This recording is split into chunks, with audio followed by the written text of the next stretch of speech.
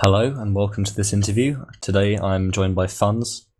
He was the scout for Xenex at Insomnia 58 and he's also played scout for Planet Express or Planet Weeb during the ETF Tour main season. And so Funz, given that you were playing for a high team, how did you and Flushy get picked up for Xenex? Like, how did they approach you? What did they say? Like, take me through that. Well, at first, I think it was Flushy was looking around for Teams 558, and he got asked to merc for Xenix for the LAN. And then they also became in need of a scout after this, because P-Rez found out he couldn't go due to studies. So since me and Flushy had played together last season, he suggested me, and then I just played a few trials, they went well, and we ended up going. Neat, okay. So, you arrived on the Thursday, I think, at I-58? Yeah, I did. Okay, and you probably scrimmed a fair amount before then, like with the team. We scrimmed the week coming up to LAN, and the rest of my team scrimmed for a bit before that as well, but I was away for 2 weeks on holiday, which was kind of inconvenient. Fair enough, but how confident were you in the pre-tournament scrims? What was your impression of the other teams, especially Jasmine T and Froyotech?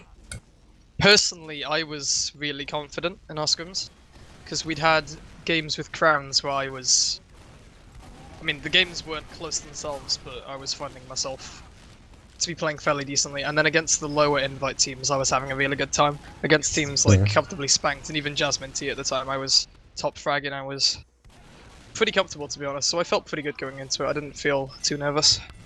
Fair enough, yeah. This is quite an odd question here, but given that the last couple of months you've played with two separate scouts, in Sheepy Dog's Hand and Shocky, what would you say are the sort of differences between them? Like, is Shocky on a different level to other scouts you've played with? Like, what did he do that was different to anyone else, if anything? Honestly, I can't say too much about this because I haven't played a lot with Shocky. All I've played with him is for LAN and for the scrims coming up to LAN. Shocky's obviously a really good scout, but he was only merking for this team, and I'm not sure if he's really too keen nowadays. Yeah, true. So, one thing I can say is Sheepy's a lot more vocal as a scout. He has a lot more... In Planet Express, at least, he had a lot of impact with his comms, but Shocky's a lot quieter. He just kind of gets the job done on the flank, does a good job of it. Lots of DM. Yeah.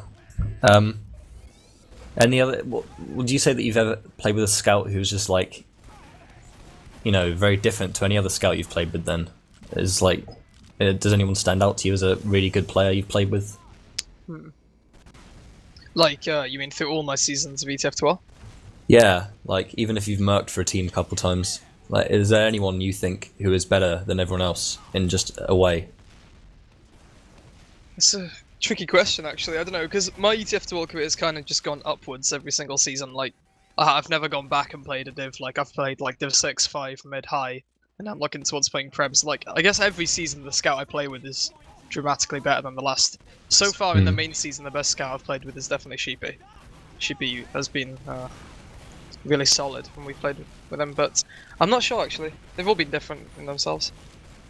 Yeah. So, given that in the group stages, I think it's quite safe to say, like, you weren't really well, you were contesting against teams, but you weren't as strong as you were on Saturday. Like, why do you think that you underperformed in the groups, and do you think there's a reason for that? I think we did underperform a little bit in the groups. We didn't expect to beat Full Tilt or Crowns in the groups or in the playoff stages, but we did end up losing to Jasmine T by a round in the groups, which was pretty annoying. We were aiming to beat them. So, like, most of our scrims against Jasmine T had been victories, but then again, you have to take into account their monitors, their setups, and all that. So that was kind of disappointing. I think we definitely underperformed there, but it was all part of getting used to LAN, just getting warmed up, you know? It didn't really matter too much in the end, the group stages. Yeah, sure. So, during the brackets, the match you went out on... Wait, did you play another match after Froyotech? Sorry about this, I should really have... We went out on Full Tilt. Okay, yeah, so before you played them, you played Froyo, and it only took 2 maps. However, Badlands was much closer than people were expecting, And especially considering that they then, Froyotech went on to like beat Crowns fairly convincingly on Badlands. What do you think you did that was so special to do so well in that game? Especially that you as a single person, you got 23 frags that map, only behind Banny. So as a team and as a player, like how do you think you managed to get so close to beating Froyo and Badlands? I think in that match, we went down really quickly. We went down to, I think it was 4-0 or was it 3-0? Yeah, it was 4-0. 4-0, yeah. And then, I don't know, something just kind of clicked in our team.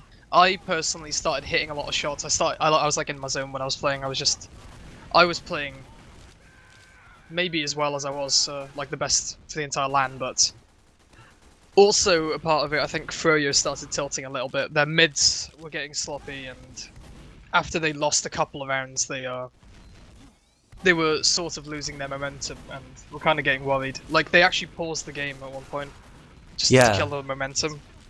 Yeah, I remember think, actually. That was when I was standing behind you and Froyo, and like you just started shouting out technical pause or tactical or something.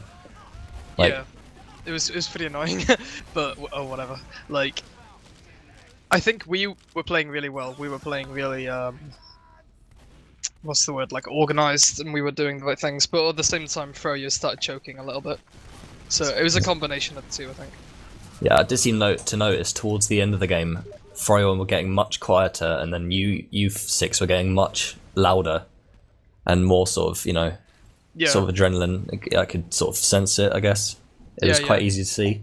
But yeah, their mids after they played you seemed to just lose every single mid after that game. Do you think that you were like affected Froyo in a way that like affected them later in other matches against Crowns and Full Tilt?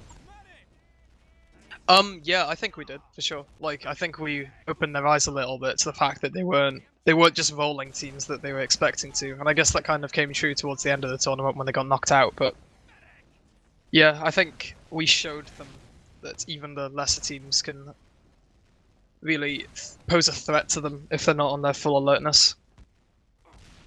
So, take me through the best of 3 versus Full Tilt. Like, of the maps, there were obviously it's a very different story on one of the maps.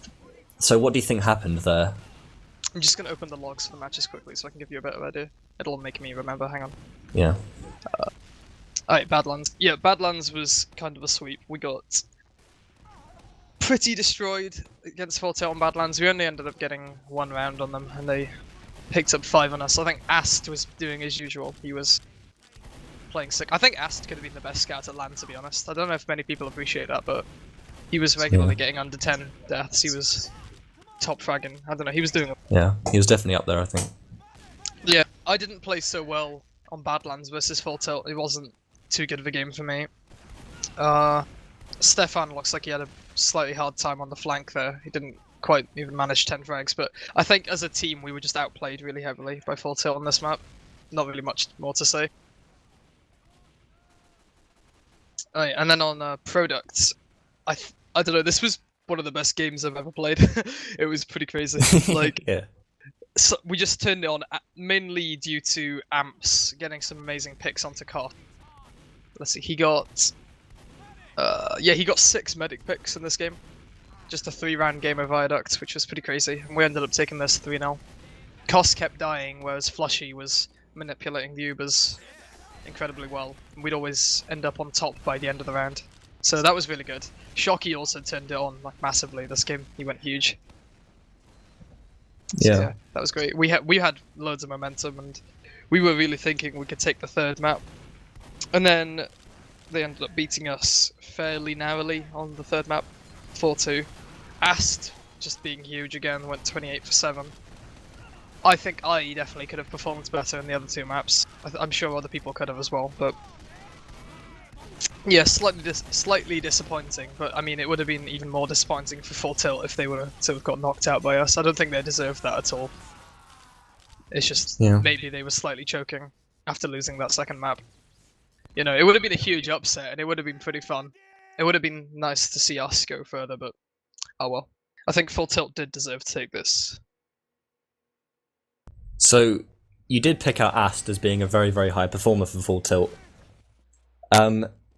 And actually, during the season, I think Mike had some huge games in Viaduct. Like he was just playing the map, he was controlling everything. So, what do you think?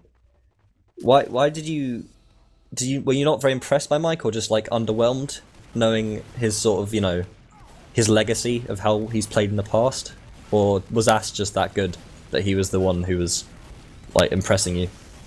I wasn't unimpressed by Mike at all. Like not in any way. Like, I think Mike played sick, but yeah, Ast was the main.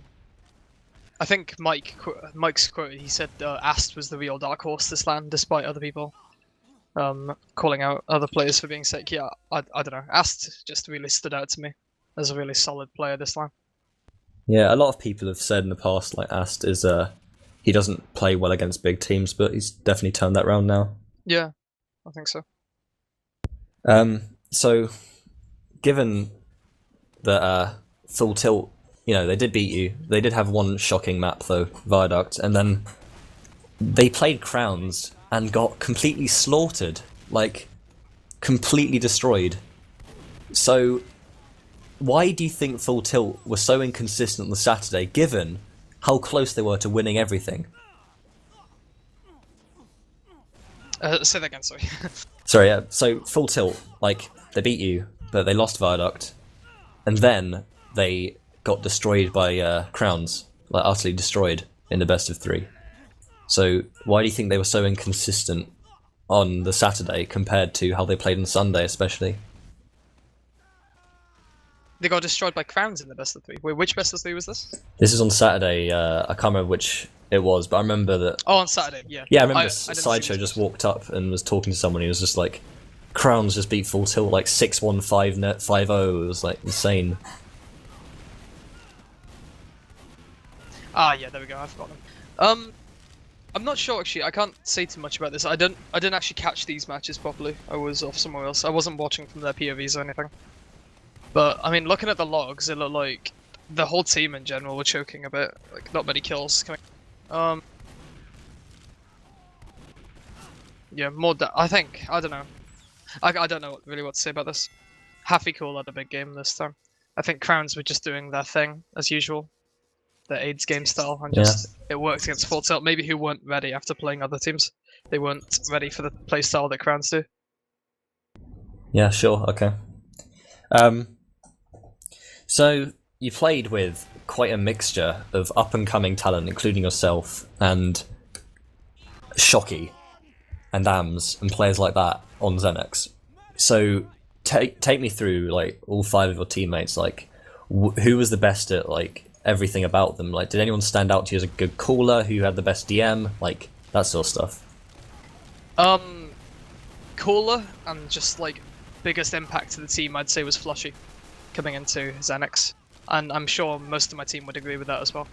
Like Flushy, like you've asked me like, are there any scouts that have stood out to me? I'm not really sure about scouts, but when it comes to medics, definitely like Flushy has been insane to play with. Flushy has been on a completely different level to any other medic I've ever played with. His just knowledge, his calls, his ability to manipulate the Uber situations is insane.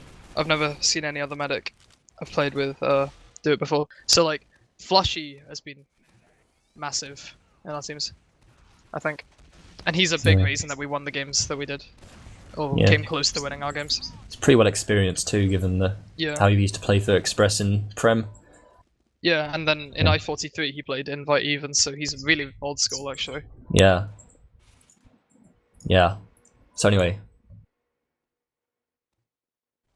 what about I've already mentioned him quite a lot, but Shocky, was he like, what was it like playing with Shocky? It was really cool playing with Shocky actually, because when I started playing TF2, Shocky had already played Prem for like 10 seasons. Yeah. Like just when I installed the game, something stupid like that. So playing with Shocky was a really cool experience actually, just like to show how far I'd come. But I don't know, like in terms of performance on LAN, I don't think it was Shocky's biggest priority. Like this LAN, he was only coming in to like help our team out, like for a scout spot that was needed.